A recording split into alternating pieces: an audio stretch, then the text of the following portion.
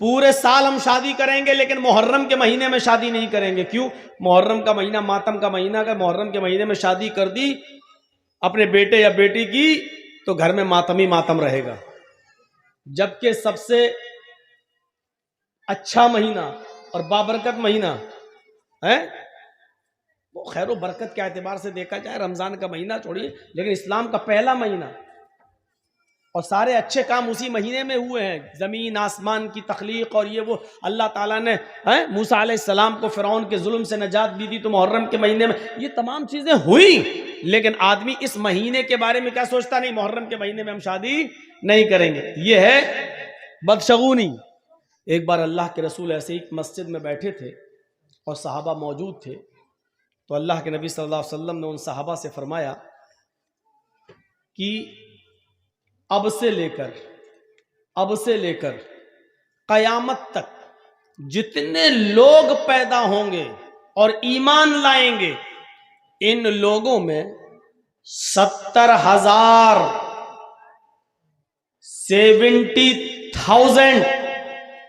70,000 लोग बगैर हिसाब व किताब के जन्नत में जाएंगे।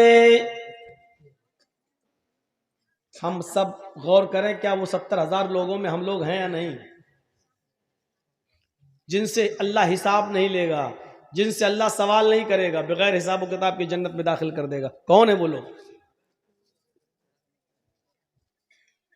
अल्लाह के नबी सल्लल्लाहु अलैहि वसल्लम से सहाबा ने पूछा, अय अल्लाह के नबी ये 70,000 लोग कौन होंगे? नबी अकरम सल्लल्लाहु अलैहि वसल्लम ने फरमाया, लज़ीन हुम ला यततय्यरून,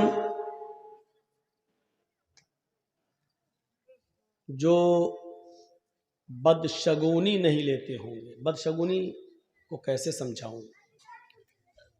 बदफाल नहीं लेते होंगे। बदशगुनी समझते हैं आप? जैसे आपने कोई काम किया, आज कौन सा दिन है? सैटरडे। कोई काम किया और उसमें नुकसान हो गया। संडे को फायदा हुआ, मंडे को फायदा हुआ, ट्यूसडे को फायदा हुआ, वेडनेसडे को फायदा हुआ, थर्सडे को फायदा हुआ, फ्राइडे को फायदा हुआ, सैटरडे को नुकसान हो गया। फिर आपने पूरे हफ्ते काम किया, फायदा हुआ, फिर सैटरडे को फिर नुकसान हो गया। फिर पूरे हफ्ते काम किया, फायदा हुआ, फिर सैटरडे फिर नुकसान हुआ। नहीं नहीं नहीं, ये सैटरडे का दिन बड़ा खराब दिन है, मनहूस दिन है। इस दिन हमारे नुकसान होता ही होता है। आज के बाद हम सैटरडे को काम ही नहीं करेंगे। अब हम सैटरडे को काम नहीं कर रहे हैं क्या सोच के कि नहीं नहीं ये शनिचर का दिन, हफ्ते का दिन, सैटरडे का दिन ये हमारे लिए अच्छा नहीं है, नुकसान हो जाता है। ये है बदशगुनी, बदफाल।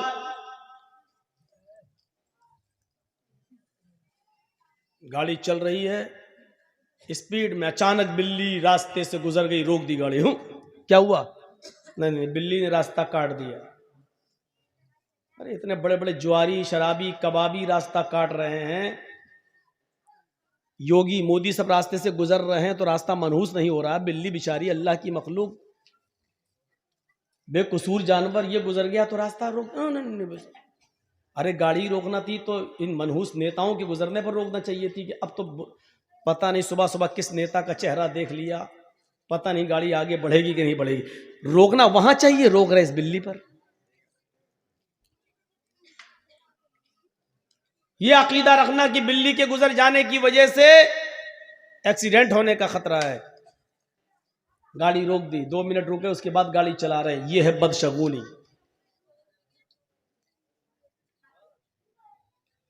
हाजी साहब हज करने जा रहे थे, रास्ते से वापस लौट आए। बीवी ने पूछा क्या हुआ? तो बिल्ली रास्ते से गुजर गई, अब हज नहीं होगा, लौट आए। यह है बदशगुनी।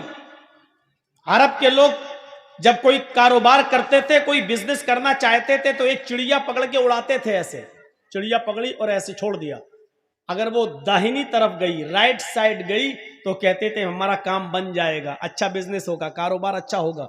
और अगर वो बाएं तरफ भागी तो वो काम नहीं करते थे। नहीं नहीं नहीं नहीं, नहीं ये चिड़िया उल्टी तरफ बाएं तरफ गई है, अब तो हमारा कारोबार फेल हो, नहीं नहीं नहीं हम नहीं करेंगे बिजनेस, इस चिड़िया ने बता दिया कि हमें नुकसान हो। ये है बदशगुनी। अल्लज़ीना हुम ला यततय्यरून, जो बदशगुनी नहीं लेते होंगे, बगैर हिसाब किताब के जन्नत में जो जाएंगे 70,000 लोग, वो कौन होंगे? जो बदशगुनी नहीं लेते होंगे। वला यक्तऊन, जो अपने जिस्म को दगवाते नहीं होंगे। दगवाना समझते हैं ना? जानवर को दागा जाता है ताकि उसको पहचान लिया जाए खेत में किसका जानवर है।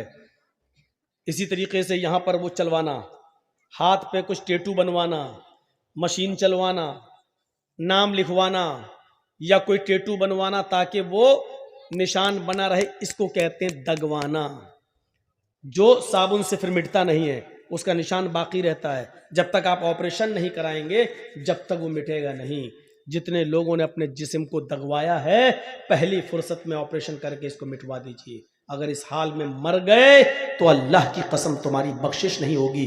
जिसके जिस्म को दागा गया हो और उसने अपने जिस्म पर दगवाया हो, ऐसा आदमी अगर मर जाए तो इसकी जनाजे की नमाज पढ़ना जायज नहीं है और इसको मुसलमानों के कब्रिस्तान में दफन करना भी जायज नहीं।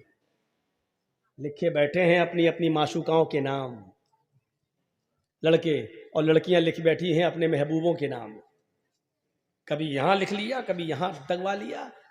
साहब देख, कुछ लोग तेजाब से भी लिख देते हैं, कुछ लोग छुरी से लिखते हैं काट के।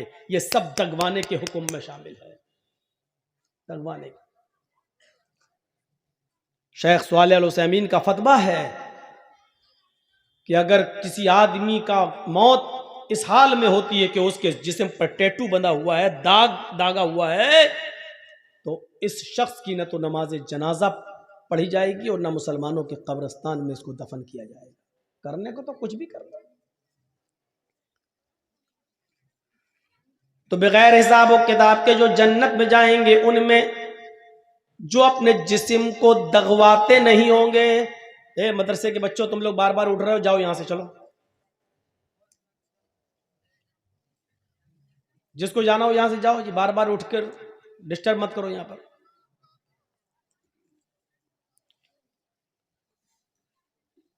अल्लदीना हुम ला यततय्यरून वला यक्तऊन, और जो अपने जिस्म को दगवाते नहीं होंगे। और तीसरी चीज सुन लीजिए, जो बगैर हिसाब किताब के जो लोग जन्नत में जाएंगे, उनमें तीसरी चीज क्या है? सही बुखारी की हदीस, अल्लाह के नबी फरमाते वला यस्तरकून, जो झाड़ फूक नहीं करते हो। बहुत साफ लफ्ज मौजूद है, कोई तशरीह करने की जरूरत नहीं है। जो झाड़ फूक नहीं कराते होंगे। मौलाना साहब बुखार आ गया, फूंक दो मेरे ऊपर। अब मौलाना जर्जी साहब बैठो, बैठ, पढ़ रहे हैं, छू दम कर रहा है। एक बात याद रखिएगा, दम करना जायज है। मसला याद रखिएगा, किसी बीमार आदमी पर सूरह फातिहा पढ़ना, मुअव्वज़तैन पढ़कर दम करना, अल्लाहुम्मा शफ़ी अंत शाफ़ी ला शिफ़ा इल्ला शिफ़ाउ का शिफ़ा अल्ला युगादिरु सक़मन, ये दुआ पढ़कर दम करना जायज़ है। आप इसको नाजायज़ नहीं कह सकते। कुरान की आयतें पढ़कर, सही हदीसें पढ़कर, जो आयात शिफ़ा और आयात दुआ है उसको पढ़कर दम करना जायज़ है। लेकिन अगर कोई बीमार आदमी ये भी ना कराए और अल्लाह पर भरोसा करके छोड़ दे कि नहीं उसी ने बीमार किया है, वही हमें ठीक करेगा, अगर उसकी मर्जी होगी, तो हम क्यों जाएं किसी मुल्ला मौलवी के पास झाड़ फूक कराने। अगर वो अल्लाह पर तवक्कुल करके छोड़ देता है तो ये और ज्यादा बेहतर है। इसी को अल्लाह के नबी ने फरमाया वला यस्तरकून, जो झाड़ फूक नहीं करवाते होंगे।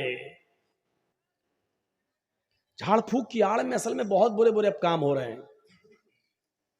मर्दों के साथ साथ जवान लड़कियां भी मुल्ला मौलवियों के सामने बैठ जाती हैं कि फूंक दो मेरे ऊपर। हम समझते हैं, हमारा बाप समझता है लड़की का कि चलो कुरान ही तो है, अल्लाह का कलाम है, और फूंकने वाला तो मौलाना है। मौलाना तो फरिश्ता होता है बेचारा,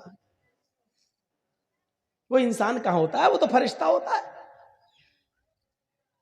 जिस तरीके से पर्दा 10 साल की उम्र की लड़की को, 10 साल से बड़ी लड़की को जिस वक्त 10 साल की हो जाए उसके बाद लड़की को अपना चेहरा भी छिपाना पड़ेगा, अपने हाथ की हथेलियां भी छुपाना पड़ेंगी, उसको पर्दा करना पड़ेगा, और जिन लोगों से पर्दा करना है उनमें मुल्ला मौलवी भी शामिल हैं।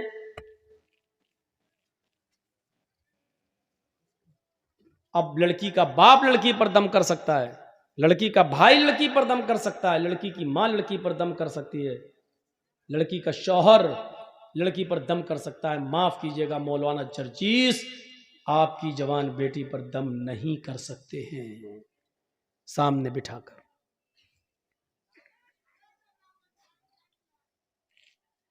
वला यस्तरकून, झाड़ फूक नहीं कराते होंगे, झाड़ फूक अगर कोई शख्स करता है कुरान हदीस के दायरे में तो जायज है, लेकिन अगर अल्लाह पर भरोसा करके ये भी ना करवाया जाए तो अफजल है, बेहतर है। वला यस्तर। और चौथी चीज, वाला रब्बिहिम यतवक्कलून, और जो अपने रब के ऊपर पूरा पूरा भरोसा और तवक्कुल करते होंगे, ये लोग बगैर हिसाब व किताब के जन्नत में जाएंगे। अब जन्नत में जाने वाले कितने लोग हो गए? जिन्होंने कहा ला इलाहा इल्लल्लाह वो जन्नत में जाएंगे, जिन्होंने ला इलाहा इल्लल्लाह के साथ नमाज पढ़ी, रोजा रखा, हज किया, ज़कात दी, यानी चारों काम किए, ये जन्नत में दाखिल होंगे। और तीसरी चीज, मन काना फी आखिरी कलाम, मन काना फी आखिर कलाम ही ला इलाहा इल्लल्लाहु दखलल जन्ना, और जिसकी जबान से आखिरी जुमला ला इलाहा इल्लल्लाह निकला वो जन्नत के अंदर दाखिल होगा। जो बदशगुनी नहीं करता होगा वो जन्नत के अंदर दाखिल होगा। बगैर हिसाब व किताब की जाने वालों में ये भी शामिल है। और जो अपने जिस्म को दगवाते नहीं होंगे, और जो झाड़ फूक नहीं कराते होंगे, और जो अपने रब के ऊपर पूरा का पूरा तवक्कुल और भरोसा और एतमाद करते होंगे, अल्लाह के अलावा उनका यह एतमाद किसी और के ऊपर नहीं गया होगा, ये बगैर हिसाब ये जन्नत में जाने वाले लोगों में से होंगे।